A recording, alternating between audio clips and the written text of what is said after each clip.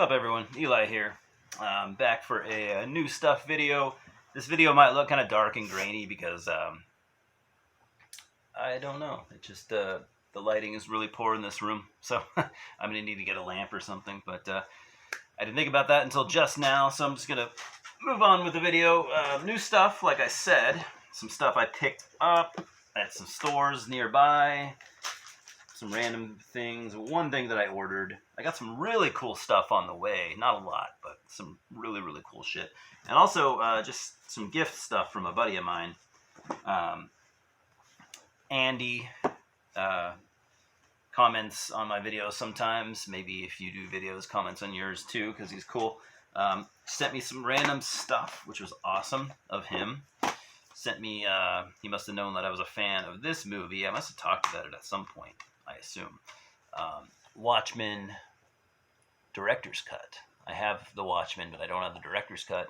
Looks like it's 24 minutes longer, so that's fucking cool. I'm a big fan of this movie. I'm a big fan of the graphic novel, and I can't wait to watch it. So yeah, it's got 2 discs. Great movie, in my opinion. I know a lot of people bitched about this when it came out, and I just didn't get it. I didn't fucking get it, man. I thought this movie was great. Could it have been better? I don't know, I guess. Everything could be better, you know? But I loved it. Sorry about all the F-bombs, man. I can do that when I get excited. But sent me a couple books, too. I'm not familiar at all with this one, but Louie, what are you doing, dumbass? Over here licking my lens cloth for my glasses. They can't possibly taste good, so I don't know what he's thinking. But anyway, Letters from a Nut by Ted L. Nancy. Maybe he sent it to me because Jerry Seinfeld wrote the introduction. I think anyone who's ever met me knows I'm a massive fan of Jerry Seinfeld. As far as Ted L. Nancy, I'm not familiar with, but what I've gathered just by reading the back, it looks like it's a dude in the 90s who wrote letters to random people like Star Magazine and stuff like that, just fucking with them, just, writing crazy outlandish shit, which is pretty funny. I'm gonna write a little excerpt from Jerry Seinfeld, his little comment here on the back. It says, an unending stream of some of the most hilarious exchanges I've ever read. Everyone I lent this book to just read it and laughed out loud like I did. It's so simple yet totally inventive. I'm sure some sort of mail fraud charges could be brought to stop this man. Personally, I hope they never catch him. So stoked to read that. It's not very long. It's maybe less than 100 pages, something like that. And something I'm really excited to read, The Selfish Gene by Richard Dawkins. Big Richard Dawkins fan. I've only really gotten into like atheist activism like in the last couple years, really. So I mean, I've only really gotten familiar with Richard Dawkins like in the last 5 years. I do own the God, the God Delusion. I haven't read that yet either. When I bought that, I was still in my long stretch of not reading. I hadn't really been reading much in years, and I've only recently kind of picked it back up. So perfect time for someone to send me some books because they won't go unread. That's for sure. Got a couple of other movies at a local store. I got all these used for pretty cheap. I bought this recently, but I saw it again with like a cooler cover than the one that I had. So I decided to rebuy it, which is totally unnecessary, but I don't regret it. Nosferatu. Now this version is weird, man. It says like Nosferatu the Vampire right on there. And there's a lot of different variations of this movie, or at least of like, packaging and covers and stuff. But this one just looked cool, Here's one not in English. Phantom der Nacht. So that's cool. Nosferatu, classic silent film era horror movie. It's amazing. One of the most atmospheric horror movies ever made. It's great. I don't really need to talk about it. I've only ever seen it once, and I'm not an expert on it. I'm not an expert on silent films. I'm not an expert at anything, actually, but especially movie related. Believe it or not, as much as I like horror movies. I also picked this up because I don't know if I ever have seen this entire movie. I know I've seen parts of it, but I felt really like kind of almost dumbfounded when I realized that I had never seen it in its entirety. The Fog, the original John Carpenter's The Fog. Yeah, this lighting is terrible. I'm sorry, man. Hopefully you guys can find this watchable. I don't think it's too bad, but yeah, just Fog. You know, classic John Carpenter horror movie, came out in what, 79. Good stuff. Can't wait to watch it, rewatch it, whatever you want to call it. And I also picked this up because I watched this when it first came out and thought it was really cool. And this is totally like a homage to the Trauma films, if there was ever one. And that's at least what it reminded me of. Rutger Hauer's Hobo with a Shotgun. I mean, it's literally about what it sounds like. It's about a hobo who gets tired of corruption and shit that he sees every day, and just starts, he goes on a rampage and fights bad guys. It's a violent, over-the-top movie. Like I said, totally. This came out in 2011. Totally. If you like the Trauma movies, like especially like Toxic Avenger and stuff like that, I mean, this is definitely for you. It's a fun watch, man. I'm not gonna lie. All right, on to now I just have some CDs, a weird assortment of stuff here, but that's just kind of how it's been for me lately. I've been in, my life's been kind of weird, and it's, puts me in a weird mindset, and sometimes my musical, listening will reflect that a little bit. So I've been listening to less metal, not no metal, but less metal, I mean, I know, like, for example, I know when Marty Worm was going through some heavy stuff, he wasn't really interested in listening to black or death metal or anything. He did listen to power metal, so still metal, but still, for me, when I'm going through some heavy shit, I guess, I don't know, I guess I listen to less metal for some odd reason, so that's kind of what I'm doing right now. I just can't help it, but, so there's some weird stuff here. Those who follow me strictly for metal, I know, have probably been let down over the last couple months, but hopefully you can still watch and get something out of it. What that would be, I have no idea. So this I just picked up today after watching Mortis's episode of What's in My Bag on YouTube. If you're not familiar with What's in My Bag, it's Amoeba Records in San Francisco, or it seems to be always in San Francisco, or maybe it's all the Amoebas, I'm not sure. But anyway, it's put out by Amoeba Records. They invite artists in their store, and they're allowed to pick out X amount of things or whatever, and then they do a video where they talk about the things they picked and why and stuff like that. This was one of Mortis's picks, along with like Venom Records and stuff, so I was kind of intrigued, and I went on and grabbed this. This is the third Enigma album. Enigma is kind of like at least what he called it, mystical pop entity. It's essentially a producer who collaborates with other people, and they make music. This is, like I said, the third album. Really cool packaging, by the way. I'll kind of show you. With this lighting, it might be a challenge, but I'll try. What year? I can't remember when this came out. I can't really read the back very well. It's all weird looking. Sorry, but I do know it's the third album. But yeah, really fucking cool booklet. The packaging is awesome. It's this it's clear, and it kind of unfolds, and I don't think this lighting is doing it justice, but it's just a really cool booklet.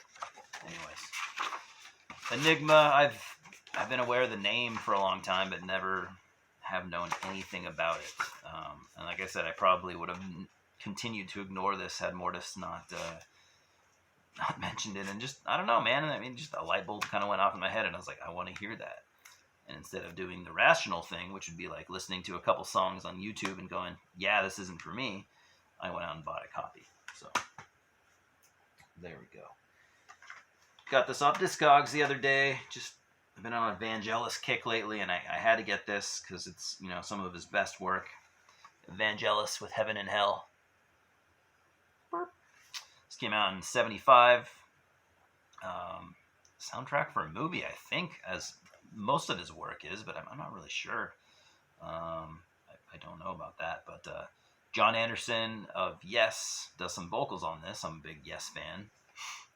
It's just kind of just 2 long songs, and it's a masterpiece. Vangelis, I'm not super familiar with him. He's a Greek composer / musician who's done soundtracks for, probably most notably did the soundtrack for Blade Runner, which is awesome. But he's done a bunch of other stuff, bunch of other soundtracks, other albums. He was a part of the Aphrodite's Child 666 album. Maybe he's part of the reason why that album is so fucking good, because I've listened to some of their other stuff and I don't like it, really, any of it. That 666 is one of the best albums I've ever heard, but their other stuff that I'm familiar with, I don't even really like. So who knows? I've been listening to this band quite a bit lately, and I got 2 albums from them here. Got Electric Larryland and Independent Worm Saloon by the Butthole Surfers. A lot of you might, if you grew up in the 90s like I did, you're probably familiar with that. I mean, this album was kind of a big hit when it came out back in 96. The Melvins were big fans of these guys, and I've always kind of liked them, but lately I decided to re-dive in, and I'm just like super into their music. I love this CD. The front of the CD with just like random doodles. It says over 1 million sold, or over 1 million made, written on the top. That's just so funny. These guys always had a great sense of humor. If you're not familiar with the Butthole Surfers, I don't know what you would call them, like kind of a noisy experimental rock, I guess you could call it. I mean, they're almost really, you can't really lump them in any genre. I don't know what, if you could, I don't know what the fuck that would be. So when Independent Worm Saloon came out in 93, I think that is. So this came out before Electric Larryland. Electric Larryland, by the way, this is like their most successful album, as far commercially successful, by the way. So this one came out a little before that. I like them both a lot. I don't know which one I would choose or what have you, but I like them both a lot. Really getting into this band lately. So I mentioned the YouTube channel Sea of Tranquility. It's also a website, but I mentioned them recently. Pete was doing a video with Martin Popoff where they were going through the Police albums and ranking them from the ones they like the most to least. And I realized I was missing a Police album for a lot of years. I thought I had them all, and then I was like, wait a minute, they have 5 albums? I'm pretty sure I only have 4. So for some reason, I guess I forgot to buy their debut, Outlandos de Amor, their debut album from 78. It's just kind of just an original old-ass pressing. And I love the Police. I've been listening to them a lot lately, too, being in that weird mood that I'm in. Really strong album. Not my favorite. This is probably kind of more near the end, actually, of their 5 albums. But I also haven't owned it very long. So, I mean, it's good. But, yeah, it's definitely not my favorite Police album. But whatever. Next, this is something I've wanted to own this album in whatever version, in whatever format or whatever edition, whatever pressing or whatever you want to call it, for many years, and I have no idea why I've avoided it or why I've forgotten to buy it. I have a burnt CD that I got from one of the dudes from the band that I've had for years, and I've had it like on my computer even for years before that. Definitely one of my all-time favorite death metal albums. We have New Jersey's Deteriorat in Ancient Beliefs, their debut full length. This is just a promo, a cardboard sleeve promo. This album came out, and dude, I don't even remember. It's not going to say on here. Even more towards the mid 90s, but sorry I can't provide that info. What can I say, man? East Coast death metal at its finest. I think I'm just going to leave it at that. One of my favorite death metal bands, one of my favorite death metal albums. If you don't know Deteriorat, definitely look them up, man.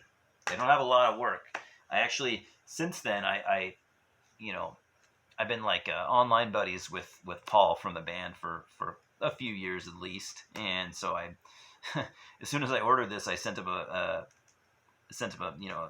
message, and I was like, dude, I finally ordered a copy of An Ancient Beliefs, and he's like, well, that's cool, man. He's like, but that original version, it doesn't sound nearly as good as the remaster that came out a couple years ago.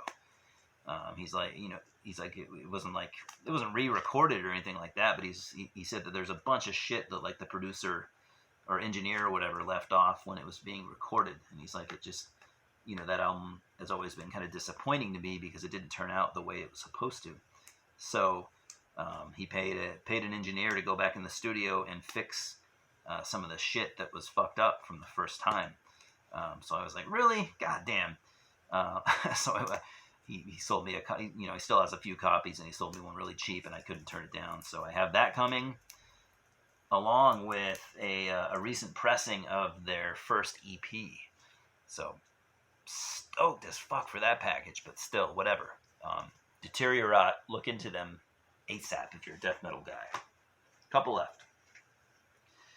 I've just been on a huge Toto kick again, for the last few months, and just had to grab this live, the most recent live album from 2018, 40 Tours Around the Sun. It's a good live album, double disc. It's good, man.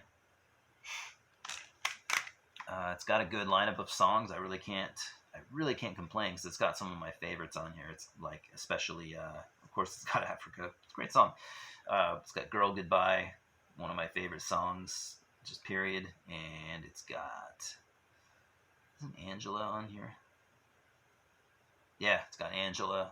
Amazing song. So, yeah, just a great live album. Last but not least, one of the few 2020 releases I bought so far.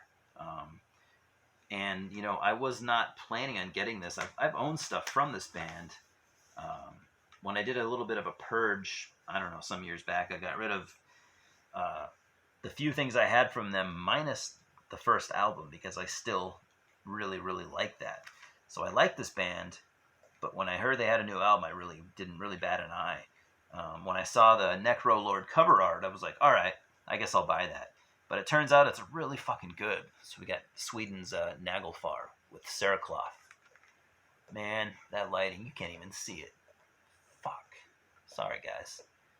It's good Necro Lord cover art, trust me. This came out on Century Media.